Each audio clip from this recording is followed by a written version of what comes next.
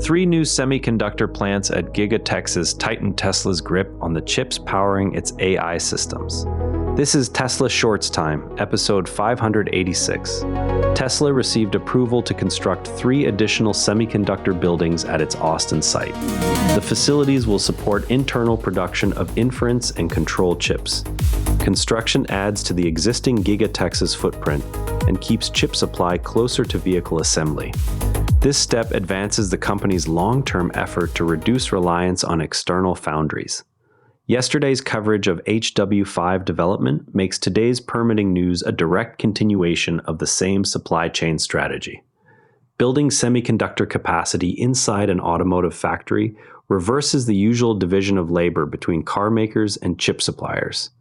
Most manufacturers buy processors from specialized foundries that serve many industries, accepting standardized parts and shared production queues. Tesla instead treats silicon as another in-house component, similar to how it already makes motors and battery packs.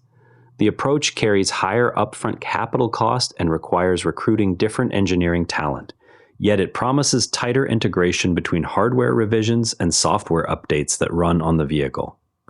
The decision also changes the risk profile around supply disruptions. When chips come from external vendors, a shortage at the foundry immediately constrains vehicle output. Internal production shifts that constraint to Tesla's own construction timeline, equipment yield, and process learning curve. From a margin perspective, owning the silicon layer adds another lever for gross profit improvement once the facilities reach scale. Texas DMV records show 79 new robotaxi registrations filed in a single day. The vehicles appear to be Model Y units prepared for fleet use. The rapid addition brings the state's Tesla robotaxi count to 270. Regulators and observers will watch how these vehicles are deployed ahead of any unsupervised operations. The single-day spike offers a concrete data point on how quickly Tesla can scale the Texas test fleet. The same registration wave added 79 Model Ys configured for robotaxi service. Texas now hosts a fleet of 270 such vehicles. The pace suggests preparation for expanded testing or early commercial service. Fleet growth in one state provides a visible indicator of production and allocation priorities.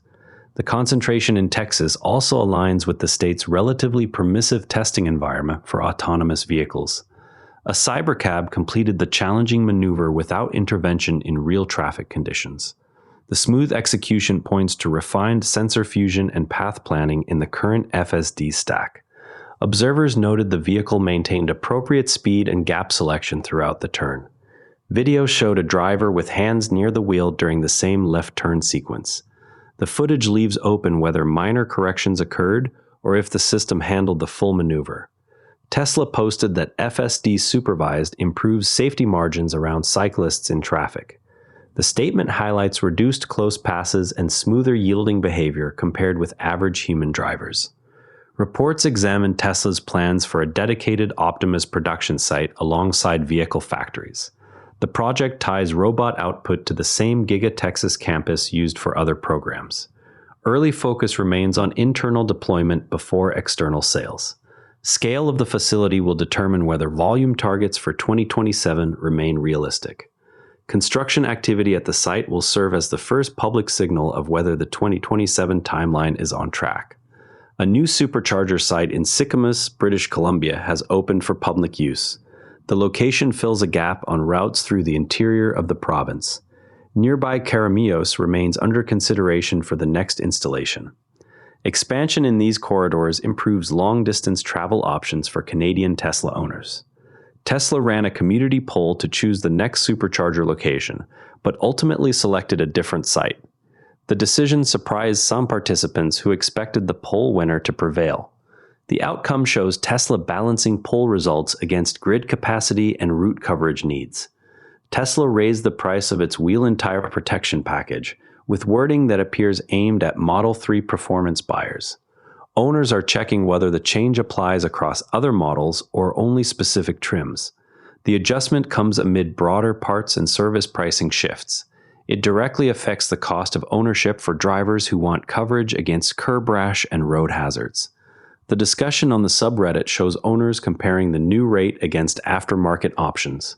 Before we go, watch for the next visible construction milestone at the Optimus site on the Giga Texas campus. That's your Tesla news for today. TSLA closed at $354.81, up $8.99, 2.6%. If you found this useful, a rating or review on Apple Podcasts or Spotify really helps new listeners find the show. You can also find us on X at Tesla Shorts Time. I'm Patrick in Vancouver. Thanks for listening, and I'll see you tomorrow. And before you go, this show is part of the NARA Network, a family of daily podcasts on tech, science, and markets, each one a short, sharp briefing you can finish on the commute. If today earned its place in your feed, here's your next listen. SpaceX Daily, the daily companion for following SpaceX as a public company, from Starship to the stock ticker. Find every show free at naranetwork.com. And on the website, every episode's visuals live in our free image gallery at naranetwork.com/gallery. Royalty-free under Creative Commons. Download with attribution. This episode used AI voice synthesis of my voice. Editorial selection and analysis are my own.